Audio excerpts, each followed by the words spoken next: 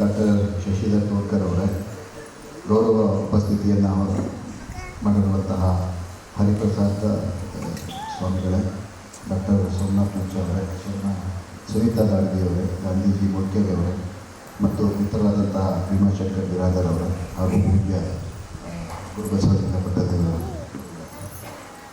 ಬಹಳ ದೊಡ್ಡ ಒಂದು ಸವಾಲಿನ ಜವಾಬ್ದಾರಿಯನ್ನು ಕೊಟ್ಟಿದ್ದಾರೆ.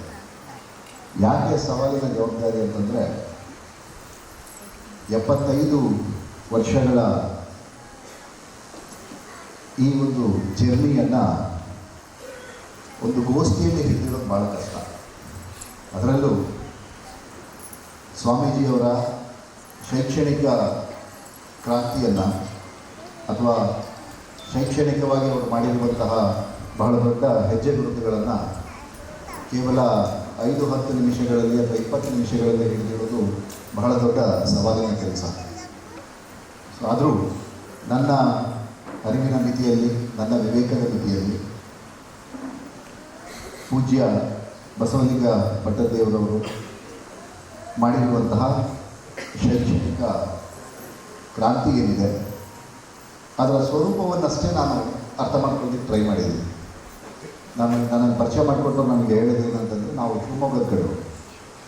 ಈ ಶಿವಮೊಗ್ಗದ ಕಡೆಯವರಿಗೆ ಬೀದರ್ ಗುಲ್ಬರ್ಗ ಅಂತಂದರೆ ನನಗೊಂದು ಬೇರೆ ಥರದ ಒಂದು ಪ್ರಜ್ಞೆ ಇದೆ, ಅಂದರೆ ಬೇರೆ ಥರದೊಂದು ಆಲೋಚನೆ ಇತ್ತು. ಅಂದರೆ ಯಾರಾದರೂ ಬೀದರ್ ಗುಲ್ಬರ್ಗಕ್ಕೆ ಹೋಗ್ತಾರೆ ಅಂತ ಹೇಳಿದ್ರೆ ಅದು ಪನಿಷ್ಮೆಂಟ್ ಟ್ರಾನ್ಸ್ಫರು ಅಂತ ನಮ್ಮ ಕಡೆ ಬಹಳ ಜೋರಾಗಿ ಮಾತಾಡ್ತಾರೆ.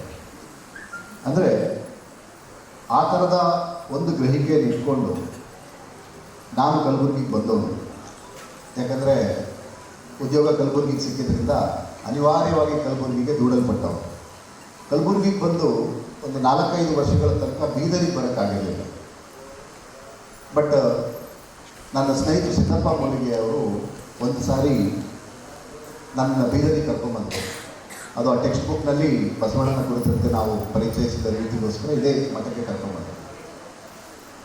ನನಗೆ ವೈಯಕ್ತಿಕವಾಗಿ ಅನಿಸಿದ್ದೇನು ಅಂತಂದರೆ, ನಮ್ಮ ಈ ಮಲೆನಾಡು ಭಾಗ ಏನಿದೆ, ಈ ಮಲೆನಾಡು ಭಾಗ ಅಥವಾ ಬೆಂಗಳೂರು ಮೈಸೂರು ಅಂತ ಏನು ಕರಿತೀವಿ, ಅವರು ಈ ಕಡೆಯಿಂದ ಕಲಿಯೋದು ಭಾಳ ಇದೆ ಅಂತ ವೈಯಕ್ತಿಕವಾಗಿ ನನಗೆ ಅನಿಸಿದೆ. ಯಾಕೆ ನಾನು ಈ ಮಾತನ್ನು ಹೇಳ್ತಾ ಇದ್ದೀನಿ ಅಂತಂದರೆ, ನನಗೆ ಬಸವಲಿಂಗ ಪಟ್ಟದೇವರು ಸ್ವಾಮೀಜಿಗಳ ಜೊತೆ ಮಾತಾಡ್ತಾ ನನಗೆ ಮುಖ್ಯವಾಗಿ ಅನಿಸಿದ್ದೇನು ಅಂತಂದರೆ, ಅವರು ಕೇವಲ ಶೈಕ್ಷಣಿಕ ಕ್ರಾಂತಿಯನ್ನು ಒಬ್ಬ ಎಜುಕೇಷನಲಿಸ್ಟ್ ಆಗಿ ಮಾಡಲಿಲ್ಲ ಅಥವಾ ಒಬ್ಬ ಶೈಕ್ಷಣಿಕ ತಜ್ಞನಾಗಿ ಮಾಡಲಿಲ್ಲ.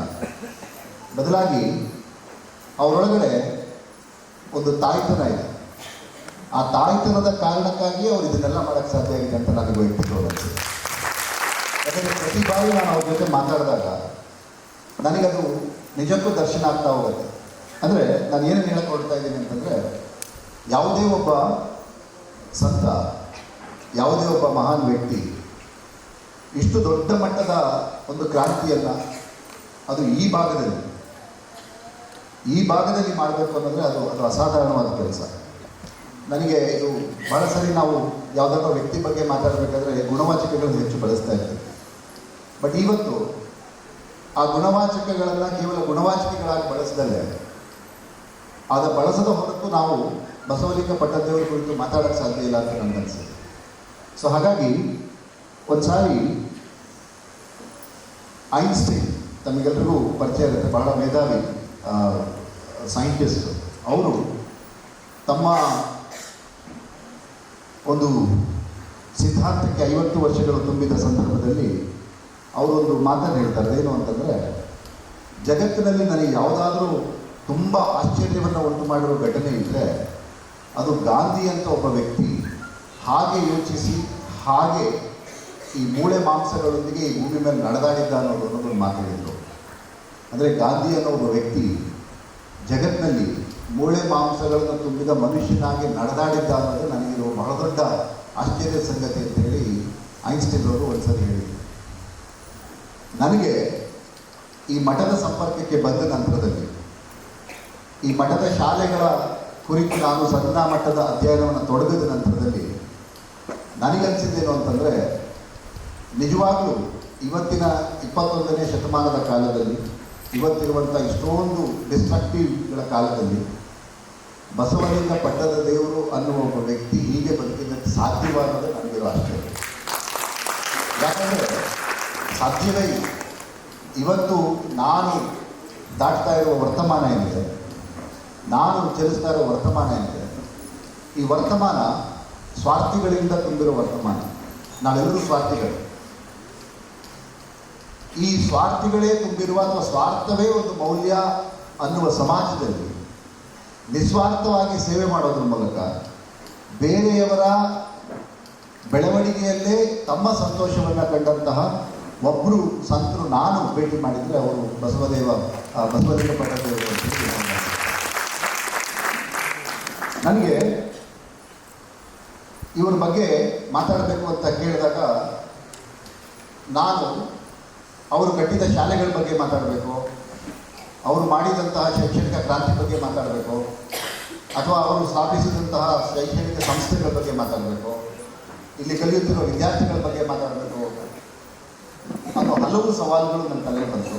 ಬಟ್ ಆದರೆ ನಾನು ಅಂತಿಮವಾಗಿ ಆಯ್ಕೆ ಮಾಡ್ಕೊಂಡಿದ್ದೇನು ಅಂತಂದರೆ, ಅವರು ಅಕ್ಷರ ಸಂತರಾಗಿ ಬದಲಾಗೋದಕ್ಕೆ ಅಥವಾ ಅಕ್ಷರ ಸಂತರಾಗೋದಕ್ಕೆ ಅವರಲ್ಲಿದ್ದಂಥ ವ್ಯಕ್ತಿತ್ವ ಎಷ್ಟು ಮುಖ್ಯ ಅನ್ನುವ ಒಂದು ಸಂಗತಿಯ ಮೇಲೆ ನಾನು ಹೆಚ್ಚು ಬೆಳಕು ಚೆಲ್ಲೋಕ್ಕೆ ಇಷ್ಟಪಡ್ತೀನಿ. ನಮಗೆ ಈ ಥಾಮಸ್ ಆಲ್ಫಾ ಎಡಿಸನ್ ಅನ್ನೋ ಒಬ್ಬ ವಿಜ್ಞಾನಿ ಇದ್ದಾರೆ, ಬಲ್ಬ್ಗಳು ಹಿಡಿದು. ಈ ಥಾಮಸ್ ಆಲ್ಫಾ ಎಡಿಸನ್ ಅವರು ಶಾಲೆಯಲ್ಲಿ ಓದಬೇಕಾದ್ರೆ ಅವರ ಮುಖ್ಯೋಪಾಧ್ಯಾಯರು ಅವ್ರ ತಾಯಿಗೆ ಹೇಳ್ತಾರೆ, ನೋಡಿ ನಿಮ್ಮ ಮಗನಿಗೆ ಓದು ಬರಹ ಏನು ಬರೋಕ್ಕೆ ಸಾಧ್ಯವೇ ಇಲ್ಲ, ಅವರಿಗೆ ಓದೋದಕ್ಕೆ ಬರೆಯೋದಕ್ಕೆ ಏನನ್ನೂ ಬರೋಕ್ಕೆ ಸಾಧ್ಯ ಇಲ್ಲ. ಸೊ ಹಾಗಾಗಿ ನೀವು ಅವ್ರನ್ನ ಏನು ಮಾಡಬೇಕು ಅಂತ ಹೇಳಿದ್ರೆ ನೀವು ಮನೆ ಕರ್ಕೊಂಡು ಹೋಗ್ಬಿಡಿ, ಶಾಲೆಗೆಲ್ಲ ಆ ಮಗುವಿಗೆ ಕಲಿಸೋಕ್ಕೆ ಸಾಧ್ಯ ಇಲ್ಲ. ತಾಯಿ ಅದನ್ನು ಒಪ್ಕೊಂಡು ಮಗುನ ಮನೆ ಕರ್ಕೊಂಡು ಬರ್ತಾರೆ. ನೀವೇನಾದರೂ ವಿಕಿಪೀಡಿಯಾ ಪೇಜಿಗೆ ಹೋದರೆ ಅಲ್ಲಿ ನೀವು ಥಾಮಸ್ ಆಲ್ಫಾ ಎಡಿಸನ್ ಬಗ್ಗೆ ಹುಡುಕಿದ್ರೆ ಅಲ್ಲಿ ಸೆಲ್ಫ್ ಲರ್ನ್ಡ್ ಅಮೆರಿಕನ್ ಸೈಂಟಿಸ್ಟ್ ಅಂತ ಬರುತ್ತೆ. ಸ್ವಂತ ಓದಿ ವಿಜ್ಞಾನಿಯಾದಂತಹ ಅಮೆರಿಕದ ವಿಜ್ಞಾನಿ ಅನ್ನುವಂಥ ಪರಿಚಯ ಇದೆ. ಬಟ್ ಆದರೆ ವಾಸ್ತವದಲ್ಲಿ ಹಾಗೆ ಮುಖ್ಯೋಪಾಧ್ಯಾಯರಿಂದ ಹೇಳಿಸಿಕೊಂಡು ಮನೆಗೆ ಕರ್ಕೊಂಡ್ಬಂದಂಥ ಆ ಆಲ್ಫಾ ಎಡಿಸನ್ ಅವರ ತಾಯಿ ಅವರು ಆ ಮಗುಗೆ ಶಿಕ್ಷಣ ಕೊಡೋದಕ್ಕೆ ಆರಂಭ ಮಾಡ್ತಾರೆ. 12ನೇ ವರ್ಷಕ್ಕೆ ಎಡಿಸನ್ ಅವರು ಒಬ್ಬ ಸೇಲ್ಸ್ಮನ್ ಆಗಿ ವೃತ್ತಿಯನ್ನು ನಿರ್ವಹಿಸ್ತಾರೆ. 14ನೇ ವರ್ಷಕ್ಕೆ ಅವರು ಟೆಲಿಕಾಂ ಸಂಸ್ಥೆಗೆ ವೃತ್ತಿಗೆ ಸೇರ್ಕೊತಾರೆ. 25 ಮತ್ತು 30ನೇ ವಯಸ್ಸಿಗೆ ಆಗೋ ಅಷ್ಟೊತ್ತಿಗೆ ಅವರು ನಾವು ಗ್ರಾಮಫೋನ್ ಅಂತ ಅವತ್ತು ಏನು ಕರೀತಾ ಇದ್ವಿ ಅದನ್ನು ಅವ್ರು ಕಂಡುಹಿಡಿತಾರೆ. ನಾನು ಯಾಕೆ ಈ ಮಾತನ್ನು ಹೇಳ್ತಾ ಇದ್ದೀನಿ ಅಂತಂದರೆ, ಆವತ್ತು ಶಾಲೆಯಿಂದ ಇವನು ಶಿಕ್ಷಣ ಪಡೆಯಲು ಅನರ್ಹ ಅಂತ ಆಚೆ ತಪ್ಪಿಸ್ಕೊಂಡಿದ್ದಂತಹ ಥಾಮಸ್ ಆಲ್ಫಾ ಎಡಿಸನ್ನ ಹೆಸರಿನಲ್ಲಿ ಇವತ್ತು 1038 ಪೇಟೆಂಟ್ಗಳಿವೆ. ಈ 1038 ಪೇಟೆಂಟ್ಗಳಿಗೆ ಮುಖ್ಯ ಕಾರಣ ಯಾರು ಅಂತ ಹೇಳಿದ್ರೆ ಅವರ ತಾಯಿಗಿದ್ದಂತಹ ತಾಯ್ತನ. ನನಗೆ ಈ ಶಿಕ್ಷಣ ಸಂಸ್ಥೆಯನ್ನು ನೋಡಿದಾಗೆಲ್ಲ ಅನಿಸೋದೇನು ಅಂತಂದರೆ, ಥಾಮಸ್ ಆಲ್ಫಾ ಎಡಿಸನ್ ತಾಯಿಗಿದ್ದಂಥ ತಾಯ್ತನವೇ ಇಲ್ಲಿರುವಂತಹ ಬಸವಲಿಂಗ ಪಟ್ಟದೇವರು. ಆ ತಾಯ್ತನದ ಹೊರತಾಗಿ ಇವತ್ತಿನ ಕಾಲದಲ್ಲಿ ಆ ತಾಯ್ತನದ ಹೊರತಾಗಿ ನಾವು ಯಾವುದಾದ್ರೂ ಒಂದು ಶಿಕ್ಷಣ ಕ್ರಾಂತಿ ಮಾಡ್ತೀವಿ ಅಂತ ಹೇಳಿದ್ರೆ ಅದು ಸಾಧ್ಯ ಇಲ್ಲ ಅಂತ ಅನ್ಸುತ್ತೆ. ಯಾಕಂದರೆ ನಾವು ಗಂಡು ಪ್ರಪಂಚದಿಂದ ಹೆಚ್ಚು ಪ್ರಭಾವಿತರಾದವರು. ಈ ಮೇಲ್ ವರ್ಲ್ಡ್ ಅಂತ ಏನಿದೆ ಅದರ ಕೈಯಲ್ಲಿ ತ್ಯಾಗ ಮಾಡೋಕ್ಕೆ ಸಾಧ್ಯ ಇಲ್ಲ, ನನ್ನನ್ನು ಒಳಗೊಂಡಂತೆ. ಇವತ್ತಿನ ವರ್ತಮಾನದಲ್ಲಿ ತ್ಯಾಗ ಮಾಡೋದಕ್ಕೆ, ಆದರೆ ಈಗೇನಾಗಿದೆ ಅಂತಂದರೆ ನನಗೆ ಗುಣಮಟ್ಟದ ಬಗ್ಗೆ ನನಗೆ ಹಲವು ಪ್ರಶ್ನೆಗಳಿದೆ. ಹಾಗಾಗಿ ಈ ಶಾಲೆಯ ಗುಣಮಟ್ಟದ ಬಗ್ಗೆ ನಾವೊಂದು ಅಧ್ಯಯನ ಮಾಡಬೇಕು ಅಂತೇಳಿ ನಾವು ಅವ್ರ ಜೊತೆ ಚರ್ಚೆ ಮಾಡಬೇಕಾದ್ರೆ ನನಗೆ ವೈಯಕ್ತಿಕವಾಗಿ ಅನಿಸಿದ್ದೇನು ಅಂತಂದರೆ, ನಾನು ವಿಶ್ವವಿದ್ಯಾನಿಲಯದ ಪ್ರೊಫೆಸರ್ ಆಗಿರೋದ್ರಿಂದ ಅಥವಾ ಮೇಸ್ಟರ್ ಆಗಿರೋದ್ರಿಂದ ನೂರಾರು ಟೀಚರ್ ಜೊತೆ ಮಾತಾಡ್ತಾ ಇರ್ತೀನಿ, ನೂರಾರು ಸ್ಕಾಲರ್ಸ್ ಜೊತೆ ಮಾತಾಡ್ತಾ ಇರ್ತೀನಿ. ನಾನು ಇತ್ತೀಚೆಗೆ ಮಾತನಾಡಿದ, ನಾನು ಇದನ್ನು ಸುಮ್ಮನೆ ಎಕ್ಸಾಜರೇಟ್ ಮಾಡ್ತಾ ಇಲ್ಲ, ನಾನು ಅವತ್ತು ಈ ಮಾತನ್ನು ಹೇಳಿದ್ದೆ, ನಾನು ಇತ್ತೀಚೆಗೆ ಮಾತನಾಡಿದ ಯಾವುದಾದರೂ ಒಬ್ಬ ಅತ್ಯದ್ಭುತ ಶೈಕ್ಷಣಿಕ ತಜ್ಞ ಅಂತಿದ್ರೆ ಅವರು ಬಸವಲಿಂಗ ಪಟ್ಟದೇವರು. ಯಾಕೆಂತಂದರೆ ಅವರ ಬದುಕೆ ಶಿಕ್ಷಣಕ್ಕೆ ಮುಡಿಪಾಗಿಟ್ಟಿದೆ. ಎಷ್ಟು ಸ್ಕಾಲರ್ಶಿಪ್ ಇದೆ ಅವರಲ್ಲಿ ಅಂತಂದರೆ, ಇವತ್ತಿನ ನಾವು ಯಾವುದನ್ನು ಶೈಕ್ಷಣಿಕ ಥಿಯರಿಗಳು ಅಂತ ಕರೀತಾ ಇದ್ದೀವಿ, ಆ ಥಿಯರಿಗಳೆಲ್ಲ ನಾವು ಬರೀ ಪಾಠ ಮಾಡ್ತೀವಿ, ಬಟ್ ಅವರು ಅದನ್ನೆಲ್ಲ ಬದುಕಿದ್ದಾರೆ. ಸೊ ಹಾಗಾಗಿ ನನಗೆ ಬಹಳ ಮುಖ್ಯವಾಗಿ ಅನ್ಸೋದೇನು ಅಂತಂದರೆ ಕೇವಲ 40 ಜನರಿಂದ ಆರಂಭವಾದಂಥ ಈ ಶಿಕ್ಷಣ ಸಂಸ್ಥೆ ಇವತ್ತು 10,000ಕ್ಕಿಂತ ಹೆಚ್ಚು ಮಕ್ಕಳು ಇಲ್ಲಿ ಕಲಿತಾ ಇದ್ದಾರೆ. ಸುಮಾರು 1,400 ಜನ ಇಲ್ಲಿ ಕೆಲಸ ಮಾಡ್ತಾ ಇದ್ದಾರೆ. ಇವತ್ತು ಬೀದರ್ ಅನ್ನುವ ಒಂದು ಭಾಗದಿಂದ ರಾಜ್ಯದ ಎಲ್ಲ ಕಡೆ ಇಲ್ಲಿಂದ ವೈದ್ಯಕೀಯ ವೈದ್ಯರು ಹೋಗ್ತಾ ಇದ್ದಾರೆ. ಇಲ್ಲಿ ವೈದ್ಯಕೀಯ ಶಿಕ್ಷಣಕ್ಕೆ ಇಲ್ಲಿಂದ ಮಕ್ಕಳು ಹೋಗ್ತಾ ಇದ್ದಾರೆ. ಸೊ ಇದೆಲ್ಲ ಟ್ರಾನ್ಸ್ಫಾರ್ಮೇಷನ್ ಯಾಕಾಯಿತು ಅಂತಂದರೆ ಅದು ಬಸವದೇವ ಪಟ್ಟದೇವರವರಿಗಿದ್ದಂತಹ ತಾಯ್ತನದ ಗುಣದ ಕಾರಣಕ್ಕೆ ಅಂತೇಳಿ ನನಗನ್ಸುತ್ತೆ. ಆದರೆ ಡಿಫರೆನ್ಸ್ ಏನು ಅಂದರೆ ಕರ್ನಾಟಕದ ಬೇರೆ ಭಾಗಗಳಲ್ಲಿ ನಡೀತಾ ಇರುವಂಥ ಶೈಕ್ಷಣಿಕ ಕ್ರಾಂತಿಗೂ ಬೀದರ್ನ ಇಷ್ಟು ಹಿಂದುಳಿದ ಅಂತಂದರೆ ನಾನು ಮಟೀರಿಯಲಿ ಹಿಂದುಳಿದ ಅಂತ ಹೇಳ್ತಾ ಇದ್ದೀನಿ. ಸಮುದಾಯವಾಗಿ ಒಂದು ಸಂಸ್ಕೃತಿಯಾಗಿ ಬಹಳ ಭವ್ಯವಾದಂತಹ ಅಸ್ಮಿತೆಯನ್ನು ಹೊಂದಿರುವಂಥ ನಾಡಿದು ಬೀದರ್. ಬಟ್ ಆದರೆ ನಾನು ಮಟೀರಿಯಲ್ ಆಗಿ ಅಂದರೆ ಆರ್ಥಿಕವಾಗಿ ಮತ್ತು ಸಾಮಾಜಿಕವಾಗಿ ಹಿಂದುಳಿದಿರುವಂತಹ ಭಾಗದ ಇಲ್ಲಿ ನಡೆದಂಥ ಅಥವಾ ಸ್ವಾಮೀಜಿಯವರು ನಡೆಸಿದಂಥ ಶೈಕ್ಷಣಿಕ ಕ್ರಾಂತಿಯ ಸ್ವರೂಪ ಅನ್ನೋದು ಬಹಳ ಭಿನ್ನವಾಗಿತ್ತು ಅನ್ನೋದು ನನ್ನ ಗ್ರಹಿಕೆ ನಿಲುಕಿರುವಂಥ ಸಂಗತಿ.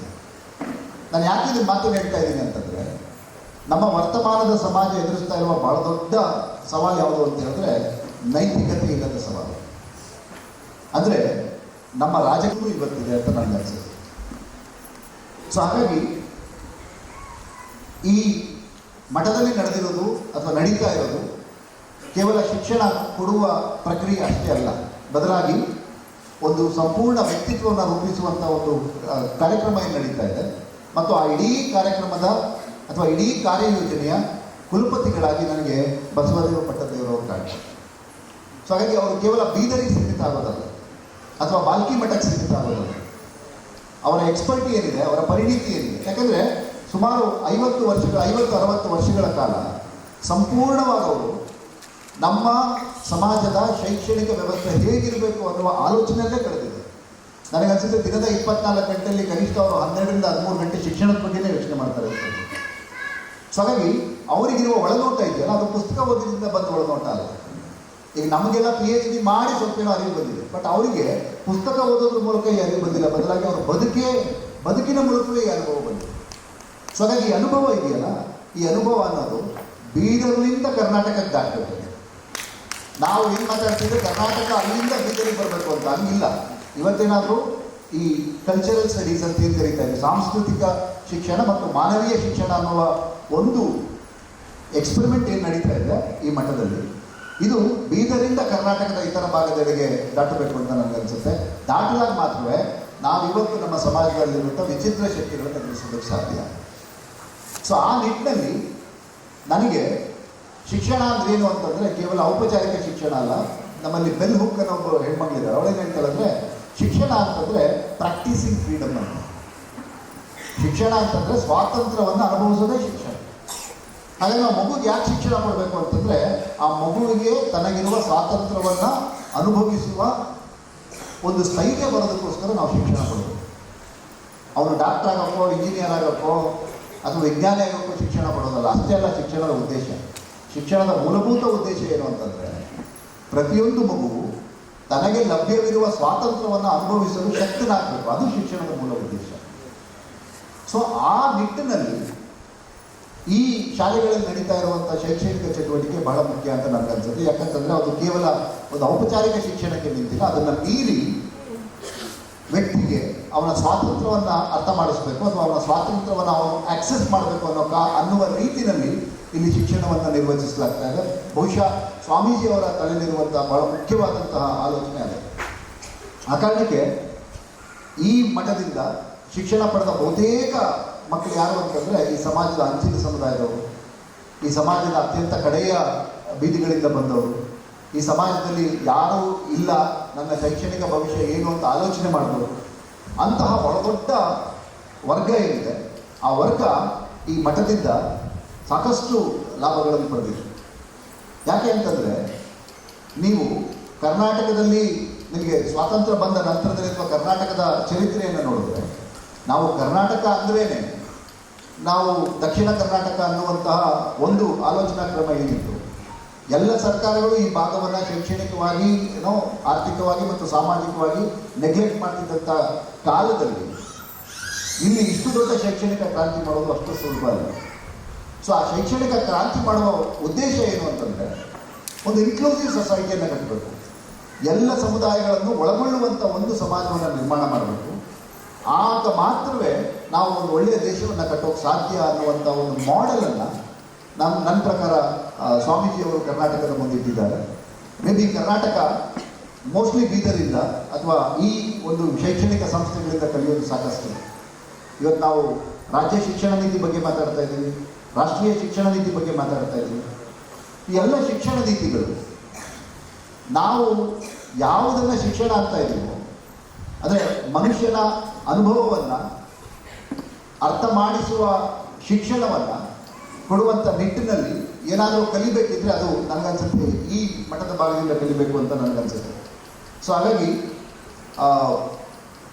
ನಾನು ಅವಾಗ ಹೇಳಿದಂಗೆ ಸ್ವಾಮೀಜಿಗಳು ಇಲ್ಲಿ ಎಷ್ಟು ಶಿಕ್ಷಣ ಸಂಸ್ಥೆ ಕಟ್ಟಿದ್ರು, ಇಲ್ಲಿ ಎಷ್ಟು ಮಕ್ಕಳು ಓದ್ತಾ ಇದ್ದಾರೆ, ಇಲ್ಲಿ ಎಷ್ಟು ಶಿಕ್ಷಕರು ಕೆಲಸ ಮಾಡ್ತಾ ಇದ್ದಾರೆ ಅನ್ನುವುದಕ್ಕಿಂತ ಮುಖ್ಯವಾಗಿ ನನಗೇನನ್ಸೋದು ಅಂತಂದರೆ ಇಲ್ಲಿ ಕೊಡುತ್ತಿರುವ ಶಿಕ್ಷಣದ ಸ್ವರೂಪ ಇದೆಯಲ್ಲ ಅದು ಮಾನವೀಯವಾಗಿದೆ, ಸಂಸ್ಕೃತಿ ಪ್ರಧಾನವಾಗಿದೆ ಮತ್ತು ಮನುಷ್ಯನನ್ನು ಒಟ್ಟಾರೆಯಾಗಿ ರೂಪಿಸುವ ಎಲ್ಲ ಗುಣಗಳನ್ನು ಹೊಂದಿದೆ. ಅದು ಈ ಕಾಲಕ್ಕೆ ಬಹಳ ಮುಖ್ಯವಾದಂಥ ರೆವಲ್ಯೂಷನ್ ನನಗೆ ಅಂತ ನನಗನ್ಸುತ್ತೆ. ಸೊ ಹಾಗಾಗಿ ಅಕ್ಷರ ಸಂತ ಅಂತ ನಾವು ಕರಿತೀವಿ. ಅಕ್ಷರ ಸಂತ ಅನ್ನುವ ಈ ಪದ ಏನಿದೆ ಬಹಳ ಮೌಲ್ಯಯುತವಾದಂಥ ಪದ. ಯಾಕೆ ಅಂತಂದರೆ ಒಂದ್ಸಾರಿ ಒಬ್ಬ ಟೀಚರು ಸ್ಟೂಡೆಂಟ್ಸಿಗೆ ಕೇಳ್ತಾರೆ, ನಿಮ್ಮದು ಓದಾದ್ಮೇಲೆ ಏನಾಗಬೇಕಾಗಿದೆಯಾ? ಒಬ್ಬ ಹೇಳ್ತಾನೆ ಡಾಕ್ಟರ್ ಆಗಬೇಕು, ಇಂಜಿನಿಯರ್ ಆಗಬೇಕು, ವಕೀಲನಾಗಬೇಕು ಅಥವಾ ವಿಜ್ಞಾನಿ ಆಗಬೇಕು. ಆದರೆ ಒಬ್ಬ ಹುಡುಗ ಏನು ಹೇಳೋದ ಸುಮ್ಮನೆ ಕೂತಿರ್ತಾನೆ. ಮೇಷ್ಟ್ರು ಕೇಳ್ತಾರಲ್ಲಪ್ಪ ನೀನು ಓದಿದ್ಮೇಲೆ ಏನಾಗಬೇಕು ಅಂತಿದೆಯಾ? ನಾನು ಏನಿಲ್ಲ ಸರ್, ಸಂತೋಷವಾಗಿರ್ಬೇಕು ಅನ್ಕೊಂಡಿದ್ದೀನಿ. ಮೇಷ್ಟ್ರಿಗೆ ಆಶ್ಚರ್ಯ ಆಗುತ್ತೆ, ಸಂತೋಷವಾಗಿರ್ಬೇಕು ಅನ್ಕೊಂಡಿದ್ದೀನಿ ಹಂಗಂದ್ರೆ ಸರ್ ನಾನು ಇದು ಏನೆಲ್ಲ ಆಗುವೆ, ನಾನು ಸಂತೋಷವಾಗಿಲ್ಲ ಅಂತಂದರೆ ನಾನು ಏನಾದರೂ ಪ್ರಯೋಜನ ಇಲ್ಲ. ಹಾಗಾಗಿ ನನ್ನ ಮೂಲಭೂತ ಉದ್ದೇಶ ನಾನು ಸಂತೋಷವಾಗಿರೋದು. ಹಾಗಾಗಿ ಸಂತೋಷವಾಗಿರೋದೇ ಶಿಕ್ಷಣ. ಸೊ ಹಾಗೆ ನಾನು ಪಡಿತಾ ಇರೋ ಶಿಕ್ಷಣ ನಾನು ಸಂತೋಷವಾಗಿರಬೇಕು ಅನ್ನುವ ಕಾರಣಕ್ಕೆ ನಾನು ಈ ಶಿಕ್ಷಣ ಪಡಿತಾ ಇದ್ದೀನಿ ಅನ್ನೋ ಒಂದು ಉತ್ತರ ಹೇಳ್ತೇನೆ. ನನಗನ್ಸುತ್ತೆ ಈ ಥರದ ಒಂದು ನೈತಿಕ ಶಿಕ್ಷಣವನ್ನು ನಮಗೆ ಇವತ್ತು ಕೊಡುವಂತಹ ಸವಾಲಿಗೆ ನಾವು ಎದುರಾಗಿದ್ದೀವಿ. ಸೊ ಈ ಮಾದರಿಯಲ್ಲಿ ನಾವು ಶಿಕ್ಷಣವನ್ನು ನೀಡಲಿಲ್ಲ ಅಂತಂದರೆ, ಶಿಕ್ಷಣವನ್ನು ಕೊಡಲಿಲ್ಲ ಅಂತಂದರೆ ಅದು ಮೇ ಬಿ ನಾವು ಬಹಳ ದೊಡ್ಡ ಕ್ರೈಸಿಸಿಗೆ ಒಳಗಾಗ್ತೀವಿ ಅಂತ ನನಗನ್ಸುತ್ತೆ. ಸೊ ಹಾಗಾಗಿ ಸ್ನೇಹಿತರೆ, ಇವತ್ತು ಈ ಬೀದರ್ನಂತಹ ಭಾಗದಲ್ಲಿ ಈ ಒಂದು ಸ್ಥಾನದಲ್ಲಿದ್ದು ಇಷ್ಟು ದೊಡ್ಡ ಒಂದು ಕ್ರಾಂತಿಯನ್ನು ಮಾಡಿರುವಂತಹ ಸ್ವಾಮೀಜಿಯವರ 75ನೇ ಸಂಭ್ರಮಾಚರಣೆ ನಾವೆಲ್ಲರೂ ಭಾಗಿಯಾಗ್ತಾ ಇದ್ದೀವಿ. ನನಗನ್ಸುತ್ತೆ ಇದೊಂದು ಹಿಸ್ಟಾರಿಕಲ್ ಆದಂತಹ ಘಟನೆ, ಒಂದು ಚಾರಿತ್ರಿಕವಾಗಿ ಉಳಿಯಬಹುದಾದಂಥ ಘಟನೆ ಇದು. ಯಾಕೆಂದರೆ ಇಡೀ ನಾಡಿಗೆ ಮಾರ್ಗದರ್ಶನ ಮಾಡುವಂತಹ ಒಂದು ಮಾಡೆಲನ್ನು ನಾಡೋಜ ಬಸವಲಿಂಗ ಪಟ್ಟದೇವರವರು ಸೃಷ್ಟಿಸಿಕೊಟ್ಟಿದ್ದಾರೆ ಶೈಕ್ಷಣಿಕವಾಗಿ. ಇಡೀ ಕರ್ನಾಟಕ ಇವತ್ತು ಸ್ಪೆಷಲಿ ಪ್ರಾಥಮಿಕ ಮತ್ತು ಹೈಸ್ಕೂಲ್ನ ಹಂತದಲ್ಲಿ ಒಂದು ಮಾದರಿಯನ್ನು ಅನುಸರಿಸಬೇಕು ಅಂತಂದರೆ, ಯಾವುದಾದ್ರೂ ಒಂದು ಅತ್ಯುತ್ತಮವಾದ ಮಾಡೆಲ್ನ ಅಳವಡಿಸ್ಕೋಬೇಕು ಅಂತಂದರೆ ಮೇ ಬಿ ಕರ್ನಾಟಕದ ಶೈಕ್ಷಣಿಕ ತಜ್ಞರು ಈ ಮಠದ ಶಾಲೆಗಳಿಗೆ ಭೇಟಿ ನೀಡಬೇಕು ಅಂತ ನನಗೆ ಅನಿಸುತ್ತೆ. ಆಗ ಮಾತ್ರ ಅವರಿಗೆ ನಿಜವಾಗ್ಲೂ ಯಾವುದು ಶಿಕ್ಷಣ, ಯಾಕೆ ಶಿಕ್ಷಣ ಮತ್ತು ಯಾವ ಕಾರಣಕ್ಕೆ ಶಿಕ್ಷಣ ಅನ್ನುವಂಥ ಪ್ರಶ್ನೆಗಳಿಗೆ ಉತ್ತರ ಸಿಗ್ತದೆ.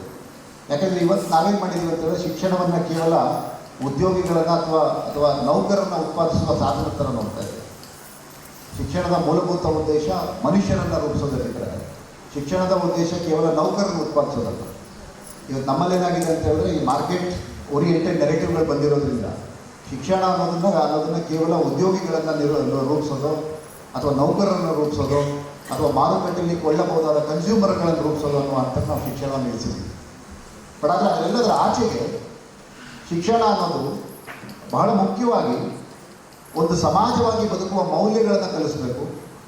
ನಾವೆಲ್ಲರೂ ಸಮಾಜದ ಎಲ್ಲ ಸಮುದಾಯಗಳು ಒಟ್ಟಾಗಿ ಬದುಕುವಂಥ ಒಂದು ಆಶಯವನ್ನು ಕಲಿಸಬೇಕು. ಆ ಮೂಲಕ ನಾವೊಂದು ಸಮಾಜವಾಗಿ, ಆನಂತರ ದೇಶವಾಗಿ, ಆನಂತರ ರಾಷ್ಟ್ರವಾಗಿ ಬೆಳೀಬೇಕು ಅನ್ನುವಂಥ ಗುರಿಗಳನ್ನು ಶಿಕ್ಷಣ ಹೊಂದಬೇಕಾಗುತ್ತೆ. ಆ ಥರದ ಶೈಕ್ಷಣಿಕ ಮಾಡೆಲನ್ನು ಸೃಷ್ಟಿ ಮಾಡುವ ಅಥವಾ ಆ ಥರದ ಶೈಕ್ಷಣಿಕ ಮಾದರಿಗಳನ್ನು ನಿರ್ಮಿಸುವಂತಹ ಬಹಳ ದೊಡ್ಡ ಸಂಶೋಧನೆಯನ್ನು, ಬಹಳ ದೊಡ್ಡ ಶೋಧನೆಯನ್ನು ನಾಡೋಜ ಬಸವಲಿಂಗ ಪಟ್ಟದೇವರವರು ನಿರಂತರವಾಗಿ ಮಾಡ್ತಾ ಇದ್ದಾರೆ. ಅವ್ರು ಮಾಡಿದ್ದಾರೆ ಅಂತ ನಾನು ಹೇಳ್ತಾರೆ, ಮಾಡ್ತಾನೇ ಇದ್ದಾರೆ. ನೀವು ಅವ್ರ ಜೊತೆ 10 ನಿಮಿಷ ಏನಾದರೂ ಮಾತಾಡಿದ್ರೆ 10 ನಿಮಿಷದಲ್ಲಿ ಗರಿಷ್ಠ 5 ನಿಮಿಷ ಅವರು ಶೈಕ್ಷಣಿಕ ವಿಷಯದ ಬಗ್ಗೆನೇ ಮಾತಾಡ್ತಾರೆ. ಸೊ ಹಾಗಾಗಿ ಅವರು ಆ ನಿರಂತರ ಸಂಶೋಧನೆ ಏನಿದೆ, ಆ ನಿರಂತರ ಅವರ ಆತ್ಮಾವಲೋಕನೆ ಏನಿದೆ, ಅವೆಲ್ಲವೂ ಸಹ ನಮ್ಮ ನಾಡಿನ ಶೈಕ್ಷಣಿಕ ಕ್ರಾಂತಿಗೆ ನೆರವನ್ನು ನೀಡುವ ಎಲ್ಲ ಗುಣಗಳನ್ನು ಹೊಂದಿದೆ. ಹಾಗಾಗಿ ಒಮ್ಮೆ ಕರ್ನಾಟಕದ ಶೈಕ್ಷಣಿಕ ತಜ್ಞರು, ಕರ್ನಾಟಕದ ಶಿಕ್ಷಣದ ಕುರಿತು ಕಾಳಜಿ ಇರುವವರು ಈ ಮಠ ಸೃಷ್ಟಿಸಿರುವ ಅಥವಾ ಈ ಮಠ ರೂಪಿಸಿರುವ ಶೈಕ್ಷಣಿಕ ಮಾದರಿ ಏನಿದೆ, ಒಂದು ಕಲ್ಚರಲ್ ಶಿಕ್ಷಣ, ಸಾಂಸ್ಕೃತಿಕ ಶಿಕ್ಷಣ ಮತ್ತು ಮಾನವೀಯ ಶಿಕ್ಷಣದಂಥ ಮಾದರಿ ಏನಿದೆ, ಆ ಮಾದರಿಯ ಕಡೆ ತಿರುಗಿ ನೋಡೋದ್ರ ಮೂಲಕ ಇಲ್ಲಿನ ಒಂದು ಕಲ್ಚರನ್ನು ನಾಡಿನ ಬೇರೆ ಕಡೆಗೂ ಸಹ ತಗೊಂಡು ಹೋಗುವಂಥ ಬಹಳ ದೊಡ್ಡ ಪ್ರಯತ್ನಕ್ಕೆ ನಾವು ಕೈ ಹಾಕಬೇಕಾಗಿದೆ. ಆ ಮೂಲಕ ನಾವು ಬೀದರ್ನ ಮೂಲಕ ಕರ್ನಾಟಕವನ್ನು ನೋಡುವಂಥ ಕ್ರಮ ಕಲಿಬೇಕಾಗಿದೆ. ಅಂದರೆ ಬೀದರ್ನ ಮೂಲಕ ಕರ್ನಾಟಕ ನೋಡೋದು, ನಾವು ಕರ್ನಾಟಕದ ಮೂಲಕ ಬೆಂಗಳೂರು ಮೂಲಕ ಬೀದರ್ ನೋಡೋದು ಒಂದು ಕ್ರಮ ಆದರೆ, ಬೀದರ್ನ ಮೂಲಕ ಕರ್ನಾಟಕವನ್ನು ನೋಡೋದು. ನನಗನ್ಸುತ್ತೆ ಬೀದರ್ನ ಮೂಲಕ ಕರ್ನಾಟಕವನ್ನು ನೋಡುವ ಒಂದು ಕಣ್ಣೋಟ ಬೀದರಿನಾದರೂ ಕೊಟ್ಟಿದ್ದರೆ ಆ ಕಣ್ಣೋಟ ಕೊಟ್ಟಿರೋದು ಡಾಕ್ಟರ್ ನಾಡೋಜ ಬಸವಲಿಂಗ ಪಟ್ಟದೇವರು. ಅದು ಮತ್ತು ಶಿಕ್ಷಣದ ಮೂಲಕ ಒಂದು ಶೈಕ್ಷಣಿಕ ಕ್ರಾಂತಿಯನ್ನು ಮಾಡೋದ್ರ ಮೂಲಕ ಆ ಒಂದು ಕಣ್ಣೋಟವನ್ನು ರೂಪಿಸಿಕೊಟ್ಟಿದ್ದಾರೆ. ಈ ಕಣ್ಣೋಟದ ಮೂಲಕ ಕರ್ನಾಟಕ ತನ್ನಂತಾನು ಮತ್ತೊಂದು ಸರಿ ಶೈಕ್ಷಣಿಕ ಕ್ಷೇತ್ರದಲ್ಲಿ ತನ್ನಂತಾನು ಪುನರ್ನಿರ್ವಚಿಸಿಕೊಳ್ಳುವ ಒಂದು ಅವಕಾಶಕ್ಕೆ ತೆರೆಕೋಬೇಕು ಅಂತ ಹೇಳ್ತಾ, ಸೊ ಹಾಗಾಗಿ ನಾವು ನಾಡೋಜ ಪಟ್ಟದೇವರು ಅವರನ್ನು ಕೇವಲ ಬೀದರ್ಗೆ ಬಾಲ್ಕಿಗೆ ಸೀಮಿತವಾಗಿ ನೋಡದೆ, ಅವರು ಇಡೀ ದೇಶಕ್ಕೆ, ಇಡೀ ನಾಡಿಗೆ ಒಂದು ಶೈಕ್ಷಣಿಕ ವ್ಯವಸ್ಥೆ ಹೇಗಿರಬೇಕು ಅನ್ನುವಂಥ ಕಣ್ಣೋಟವನ್ನು ರೂಪಿಸ್ತಾ ಇರುವಂತಹ ಒಬ್ಬೊಬ್ಬ ವಿದ್ವಾಂಸನ ರೀತಿ ನೋಡುವ ಬಹಳ ಮುಖ್ಯವಾದಂತಹ ಒಂದು ಆಲೋಚನೆಗಳನ್ನು ಬೆಳೆಸಬೇಕಾಗಿದೆ. ಭಾಳ ಸರಿ ಏನಾಗುತ್ತೆ, ಈ ಮಠಗಳನ್ನು, ಸ್ವಾಮಿಗಳನ್ನು ನಾವು ಭಾಳ ಕೆಳಗಡೆ ನೋಡ್ತಾ ಇದ್ದೀವಿ. ಅಂದರೆ ಯೂನಿವರ್ಸಿಟಿ ಪ್ರೊಫೆಸರ್ಗಳನ್ನು ನೋಡೋದು ಬೇರೆ, ಮಠದ ಸ್ವಾಮೀಜಿ ನೋಡೋದು ಬೇರೆ. ಬಟ್ ಅದರ ದುರಂತ ಏನು ಅಂತಂದರೆ, ಇವತ್ತು ನಮ್ಮ ಕರ್ನಾಟಕದ ಚರಿತ್ರೆಯೇ ನೋಡಿದ್ರೆ ವಿಶ್ವವಿದ್ಯಾನಿಲಯಗಳು ಮಾಡಬಹುದಾದ 100 ಪಟ್ಟು ಕೆಲಸಗಳನ್ನು ಇಲ್ಲಿನ ಮಠಮಾನ್ಯಗಳು ಮಾಡಿವೆ. ಅದರಲ್ಲೂ ದೀನದಲಿತರು, ಬಡವರು ಮತ್ತು ಅಂಚಿನ ಸಮುದಾಯಗಳ ಜನರು ಇವತ್ತೇನಾದರೂ ಒಂದು ಹಂತದ ಬೆಳವಣಿಗೆ ಹೊಂದಿದ್ರೆ ಶೈಕ್ಷಣಿಕವಾಗಿ, ಸಾಮಾಜಿಕವಾಗಿ, ಅದರಲ್ಲಿ ಮಠಮಾನ್ಯಗಳ ಕೊಡುಗೆ ಭಾಳಷ್ಟಿದೆ. ಅದನ್ನು ನಾವು ಯಾರೂ ಮರೆಯುವಾಗಿಲ್ಲ. ಹಾಗಾಗಿ ಈ ನಮ್ಮ ನಾಡೋಜ ಬಸವಲಿಂಗ ಪಟ್ಟದೇವರವರನ್ನು ಕೇವಲ ನಾವು ಸ್ವಾಮೀಜಿಯಾಗಿ ನೋಡುವ ಅಥವಾ ಕೇವಲ ಅವರನ್ನು ಒಂದು ಮಠಕ್ಕೆ ಸೀಮಿತಗೊಳಿಸುವ ನಿರೂಪಣೆಗಳ ಆಚೆಗೆ ಅವರೊಬ್ಬರನ್ನ ಶೈಕ್ಷಣಿಕ ತಜ್ಞರಾಗಿ ನೋಡುವ, ವಿದ್ವಾಂಸರಾಗಿ ನೋಡುವ, ಇಡೀ ನಾಡಿನ ಶೈಕ್ಷಣಿಕ ವ್ಯವಸ್ಥೆಯಲ್ಲಿ ಆಮೂಲಾಗ್ರವಾಗಿ ಬದಲಾವಣೆ ತರುವ ನಿಟ್ಟಿನಲ್ಲಿ ಆಲೋಚಿಸುತ್ತಿರುವ ಶೈಕ್ಷಣಿಕ ತಜ್ಞರ ಥರ ನೋಡುವಂತಹ ಒಂದು ಪ್ರಕ್ರಿಯೆ ನಾವು ಆರಂಭ ಮಾಡಿದ್ರೆ ಅವರ ಅಕ್ಷರ ಸಂತತನ ಏನಿದೆ ಅದು ಕರ್ನಾಟಕದ ಇತರ ಭಾಗಗಳಿಗೂ ಹಬ್ಬತ್ತೆ ಅಂತ ಹೇಳ್ತಾ, ಸೊ ನನಗೆ ಇವತ್ತು ಕರೆದು ಇಷ್ಟು ಮಾತಾಡೋದಕ್ಕೆ ಅವಕಾಶ ಮಾಡಿಕೊಟ್ಟಂಥ